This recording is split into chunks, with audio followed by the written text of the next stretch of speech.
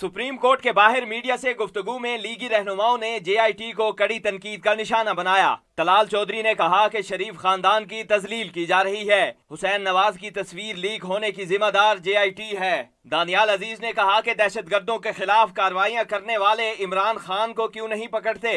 एक तरफ आप कहते हैं कि छठ मंगनी से फट गया, हमने एकदम जो है ना मिलिटेंट्स को पकड़ के दहशतगर्दों को फांसी लगा देनी और रोज बताया होता है। एक तरफ एक दहशतगर्द फिर रहा है, उसको पूछने वाला ही कोई नहीं। ये जो JIT है ये इन्वेस्टिगेशन का अदारा है या कसाई की दुकान है। किसी को कहते हैं ज़बरदस्ती अपना बयान हल्फी वापस लो, किसी को कहते हैं ये कागज़ है इन पे दस्तखत कर दो।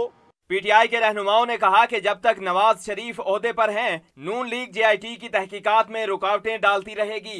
कि इस इन्वेस्टिगेशन में रुकावटें पैदा करने की हर मुमकिन कोशिश करेंगे वो लोग जिनके ऊपर इन्वेस्टिगेशन हो रही है और जो इस वक्त प्राइम मिनिस्टर की कुर्सी पे बैठे हैं, जो ताकत की कुर्सी पे बैठे हैं। एक चीफ मिनिस्टर सुप्रीम कोर्ट को डायरेक्टली अक्यूज कर रहा है कि आप लोगों ने हमारे ऊपर बंदूकें तानी हुई हैं।